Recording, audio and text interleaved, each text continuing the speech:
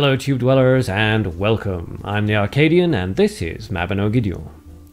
Today features the beginning of a new experimental series I'm trying out on PvG decks. Now these decks can be run through Veteran Arena if you want to, but be aware they have been specifically designed for Rookie Arena top 10 play.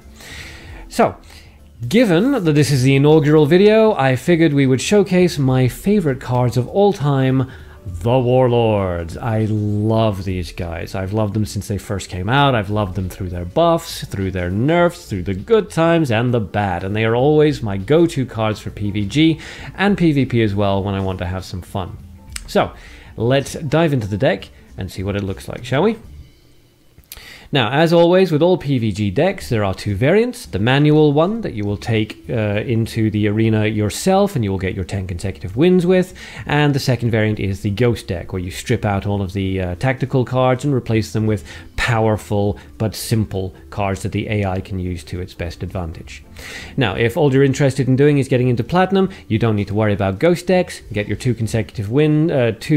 10 consecutive win streaks on both days of the arena and you'll get Platinum no problem. But for everybody else, I'll go through the Ghost variant of this deck at the end of this little analysis. So, first up, we have the Goblin Bomb Squad, a staple in PvG, and for very good reason. This guy is an incredibly good tank at level 1. Good at all the other levels as well, but at level 1 he will absolutely save your life. If you're not running Goblin Bomb Squad and you are running gold, you'd better have a really good reason for it. Next up is Command Hunting. Hunt would also work, but because the Warlords shine when they're played in the middle of the field, Command Hunting just is a little bit better for us in this particular deck.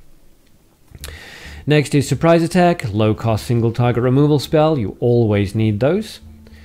Then we have Tarka, one of the Warlords, and for those of you who aren't aware of the Warlords and what they do, when you play Tarka and Shurka next to each other at the beginning of your next turn, they will transform into their Warlord variants, who are incredibly powerful and will absolutely just win you the game immediately if you can get them into their transformed states. No thank you, no battles right now. Next up is Lisa Lovelock. She is here almost as an alternative to the Goblin Bomb Squad. If you find that your opponent is giving you an opening early on in the game, play down Lisa Lovelock. If your opponent allows her to live for a few turns, she will deal a significant amount of damage to your opponent when she is finally removed from the field. So, useful card to have in there. Shurka. Again, the second of the Warlord duo. You need both of them, obviously, in order to unlock their full potential. Next up, we have Trap in the Castle, absolutely my favorite light card in PvG. I have always used Trap in the Castle. I always will use Trap in the Castle. It's one of the best defensive cards in the game, in my personal opinion. And if you're not using it already, I highly advise you give it a try. It can absolutely just save your life, because the AI has no idea how to deal with it, and we'll just keep throwing enemy creatures into the traps for you. Very handy. Next up is Flame Emission. Now, the Warlords generally deal with the AoE side of things, but sometimes it's not a good idea to bring out the Warlords, in which case, Flame Emission. For all other occasions, it works well as a turn 1 drop in order to charge up to a Goblin Bomb Squad. Next we have Albi, another staple, and again for very good reason. This thing is a phenomenal tank, has a very good attack value, and offers AoE utility attacks. Fantastic card to have in your deck, very, very consistent. Then we have Segi. This guy has been dominating PvG recently, and it is largely because the AI has no concept of how to deal with him whatsoever. You play Segi, and it's pretty much guaranteed that he will still be around at the end of the fight. If you don't have Segi, but you have the opportunity to get him, I highly advise it. He's amazing in PvG, and pretty darn powerful in PvP as well in the right deck. Next, we have Capture. Now, Capture is usually used in order to deal with large threats like the Doom Machines. However, Capture in this deck is here specifically for Xena, who has been running rampant through the PvG arenas recently. Capture allows you to bring her onto your side of the field, and then she will start using her ability for your advantage. It works out really, really well. Lowers her attack value to 0, but who cares, it's her ability that we're after. She also synergizes quite interestingly with the Warlords in that she can keep your opponent's creatures hypnotized until you're ready to bring the Warlords out. Warlords come out, transform, their AoE attack goes off, it removes all of the hypnotized creatures and supercharges their attack values. Very, very handy. And finally, we have the Holy Spear, or as I like to call it, the Holy Shit, because this is the card you use when everything has gone wrong.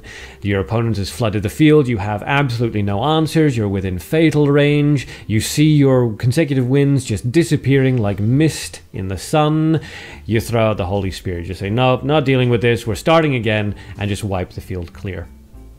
It is a fantastic card that, whilst you will probably only use it once in every 10 win streaks that you do, that one time that you use it, it will prove to be absolutely crucial. So I almost always have Holy Spear in there as well. The second reason to use Holy Spear is that it masks your deck. People can't tell in advance what you're running if you run the Holy Spear. The contents of your deck will take them by surprise. So that's the manual variant of the deck. Now, in terms of a ghost variant, most of the deck can stay as it is. And when I leave the deck alone, I still get between 3 and 5 ghost victories with it every day.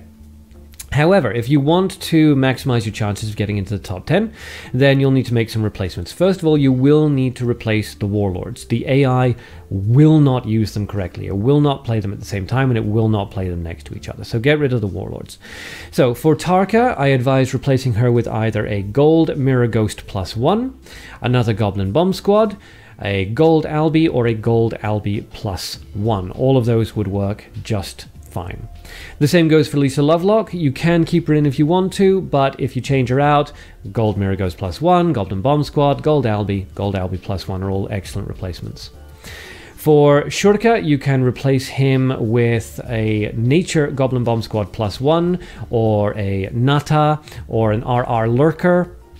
Anything like that. So a high attack value, difficult to remove creature. For the Albi, I advise keeping him, but if you absolutely want to change him, then it's same thing as Shurka. Nata, RR Lurker, Nature Goblin Bomb Squad +1. But I do advise keeping a hold of the Albi. An Albi +1 would of course be best.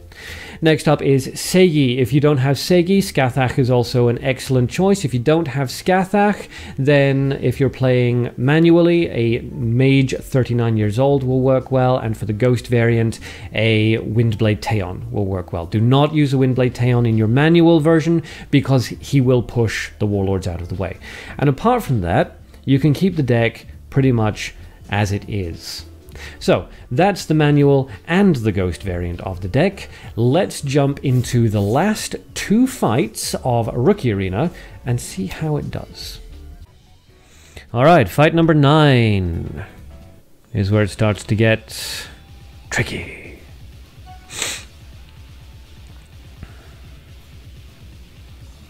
Although usually it's 7 and 8 where I experience my normal difficulty spikes. And 7 and 8 were actually not too bad this time. Okay, Rexor. An ultimate Wave of Evolution deck, mono green. Okay, you may look strong, but the winner will be me. We shall see. Okay, we're going to need to flood the field then as quickly as possible. We're just going to need to really push. So I'm going to drop the Flame Emission. And she'll likely... I was going to say she'll probably do nothing, but actually she went straight for the... Hyena. That's fine though, because we can play a Goblin Bomb Squad, and regardless of what happens, the Bomb Squad will kill the Hyena. No problem.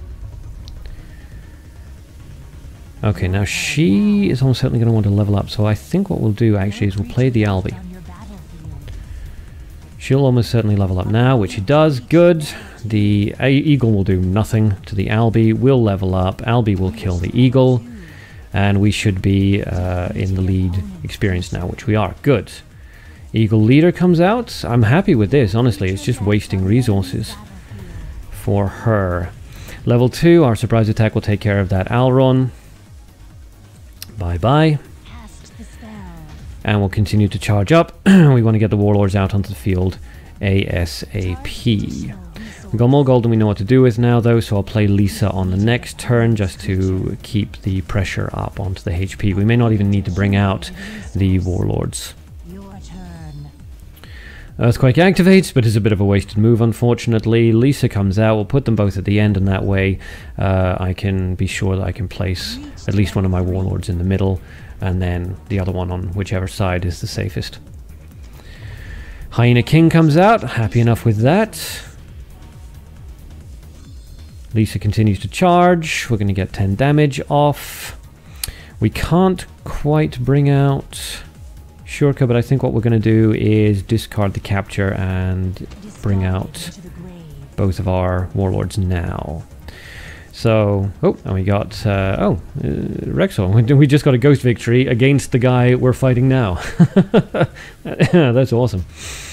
Let's see if both the ghost and us can get a victory against Rexor. It looks like the answer to that question is yes, we can. Nice, okay, so the Warlords transform.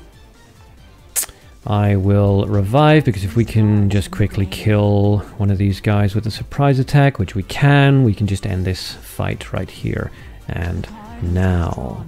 So, discard into the grave, drop a surprise attack onto the little hyena, and that way we're guaranteed our victory. So, Lisa wounds, Shurka kills and charges, and Tarka, you are courageous to go against me.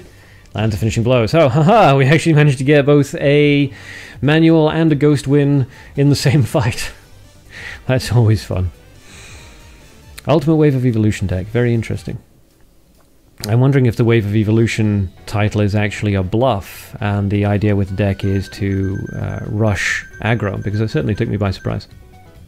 200 gold replaced with 900 gold, so that's very nice. Always good to work up towards that sort of thing.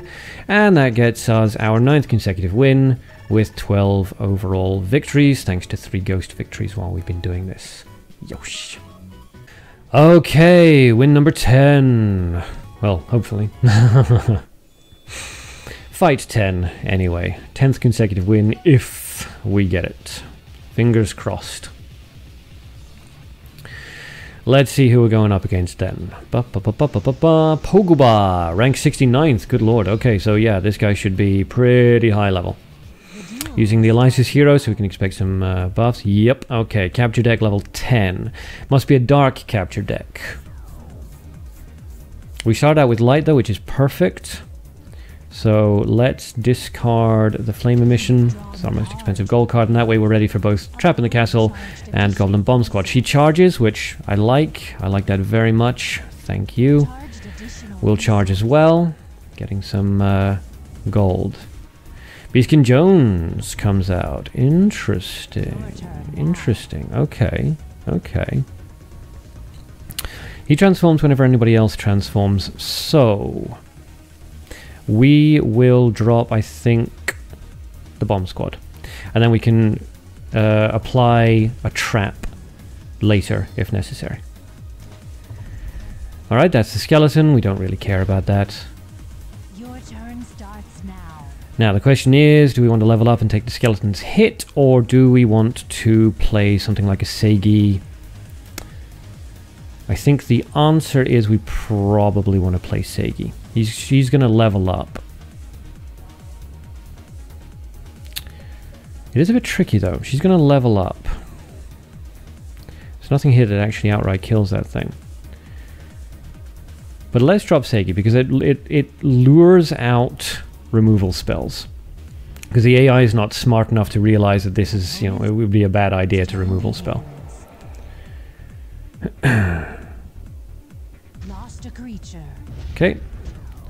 Bomb Squad does what Bomb Squad does. Segi transforms that thing. And we're ready to level up. Perfect. Okay.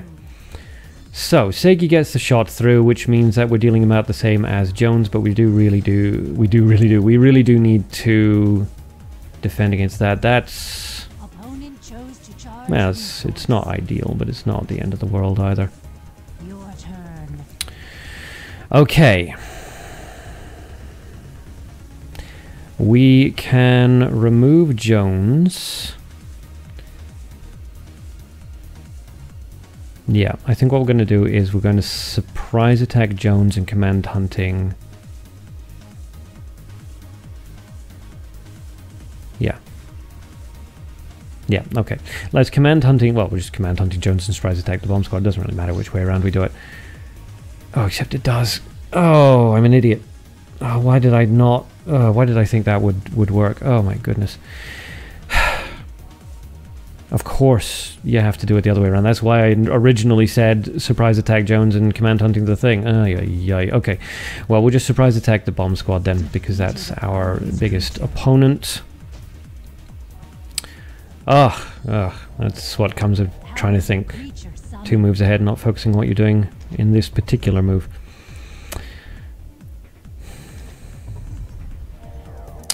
Okay, we can use the Xena to our advantage, I think. Segi's just going to transform Lorna, so that's just a whatever kind of situation. Yeah, okay, so let's discard the Albi. And they have no mana, so they can't possibly counterspell this. We'll just capture the Xena. Alright, so we're still taking a little bit of damage off Jones, but we're in a pretty decent position, honestly. Now, if she doesn't play anything, which she doesn't, Xena's just going to hypnotize Jones, which is perfect. That just gets that completely off the field. We no longer need to worry about it. We can level up, and because Tarka's not really an option anymore, we'll drop Lisa. That gives our opponent multiple choices of targets. Mud Hero Dras comes out in front of nobody. That is a shame. Surprise attack onto Lisa. That's unfortunate. She hadn't really had a chance to generate any energy, but honestly, well, actually, no, Dras, it's not a shame about Dras. Of course it's not, because Xena will just transform it. Yeah, so it would have been better if she tried to hit Xena with that, but we're actually okay. We're okay with the way that it turned out. This is really going to be a chip victory, though. It's going to take us quite a while, because we're basically going to be relying on Xena to just hypnotize anything that comes our way, and Segi to do most of the damage, unless we find an opportunity to bring out our Warlords. Okay, 1 creature out. If she doesn't play another... no, that's a shame. Okay. Hopefully she'll hypnotize the skeleton. No, dang, it was Lorna. Okay. I mean, it's not a huge problem, because all we have to do now is revive out of the grave and use surprise attack on the skeleton, but it would have been better if it had been the other way. Alright, so skeleton goes down. Xena and the hypnotized creature are just going to stare at each other.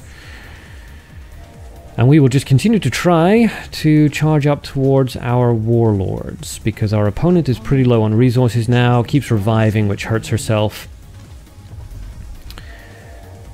That's fine. Put it in front of Segi, so Segi's going to transform it anyway, and then Xena's just going to hypnotize it. Well, Xena's going to hypnotize it, and then Segi's going to transform it, obviously. But yeah, so, I mean, it doesn't really matter one way or another anyway. We will just keep going like this.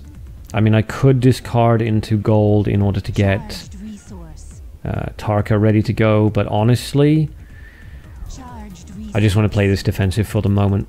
We're ready to go next turn, and this way, at least, you know, she has an opportunity to throw out something that may have disrupted the Warlords. Doesn't look like it so far, though, which is great. Okay, yeah, and she's just discarding, throwing stuff out. So now is a good time to bring out the Warlords. The Warlords will unfortunately destroy the hypnotized creatures, but in doing so, Shurka will seriously charge himself up. And that means that our opponent will have to wipe out basically everybody in order to win, and I don't really see that happening. She'd need a holy spear, is the only possible thing that she could stop me with now, and she doesn't have the resources for it. So Drag to Hell comes out, so that may kill one of my Warlords. It doesn't, it kills the Segi, that's absolutely fine. It wouldn't really have mattered if it had killed one of the Warlords either. It would just have, you know, the fight would just have taken longer. Okay. Now then, we don't have enough for a Flame Emission, unfortunately. That would have been pretty sweet. But we shouldn't really be in any difficulty anyway. She still can't bring out the Holy Spear. And Flame Emission wouldn't kill the Warlords. And she can't drag to Hell again. She doesn't have the resources. So the Warlords remove these hypnotized creatures and charge themselves up. Shurka gets 2 extra attack off it because his ability is going to kill the other hypnotized creature. There we go. So now we've got 25 damage out onto the field. She revives, taking herself down to 7. Plays Lorna. Which, yeah, and has to charge. So that's the end of that. She gets hypnotized, not that it makes any difference. She would have died anyway to Tarka if Tarka had managed to hit her, which she won't because Shurka's about to land the finishing blow. So there we go. Our 10th consecutive fight against a level 10 deck. And we came out of it with a pretty good amount of HP. Warlords! Oh, I love them so. Thank you, Elysis. Always a gallant loser. And good deck, Pokeball. A lot of fun to fight against. So, as a celebration roulette, will you give me something really nice? No, 200 golds. Roulette does not believe in celebrations. So, as you can see, we finished that. 10 out of 10 duels today, 10 consecutive wins, and 13 wins overall with the 3 ghosts. Not a bad day's work. And that was the Warlords PvG Top 10 deck. If you'd like to copy this deck directly into your game, then there's the share code up in the top right hand corner, as always. That's it from me, so thanks for watching. And if you like this video, please remember to smash those like and subscribe buttons. And to everyone who's already subscribed, well, welcome to the Arcanauts. And remember, have fun and good luck.